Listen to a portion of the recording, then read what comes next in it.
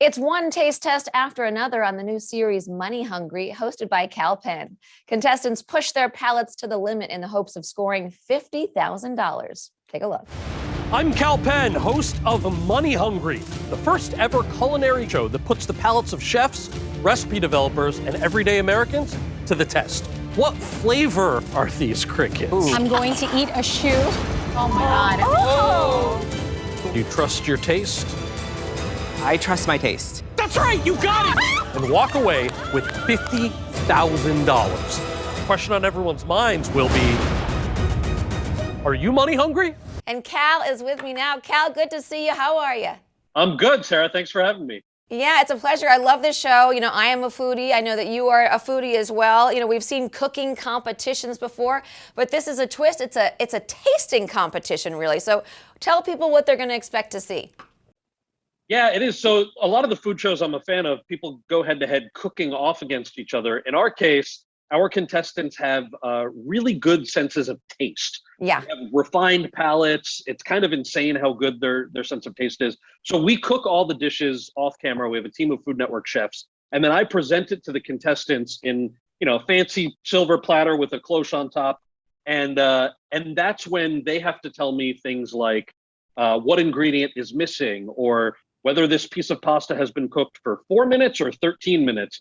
And the background of these contestants is really interesting. So they're not amateur chefs, and they're not, sort of culinary school graduates.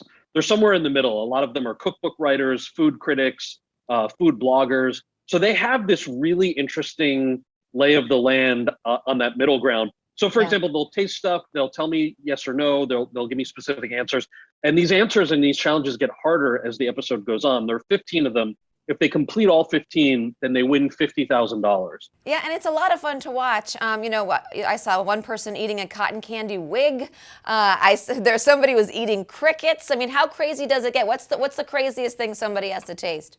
It's less about shock value. I mean, the episode about crickets, what I thought was really interesting was we have a little side conversation about places around the world where crickets are the primary source of protein. The biggest thing is the story that everybody tells, right? So some of the answers to these questions are so evolved. It's some spice that, we may not know. I grew up in the suburbs of New Jersey. I didn't grow up eating crickets, and I didn't grow up knowing what a lot of spices from halfway around the world might be.